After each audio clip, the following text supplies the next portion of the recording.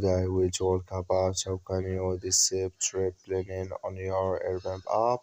We're going to figure out the solution or know how you can do that on your app. So all you have to do, so you just go down, click here on profile here. So when you click here on profile, it's going to show for you your profile here. Then all you have to do, so you just go down here, then you click here on notifications, click on it. So then it's going to take you to next step here, click here on offers and updates here. Then you go down, so you just keep going down here. Then you come here to trip planning here, click here on edit.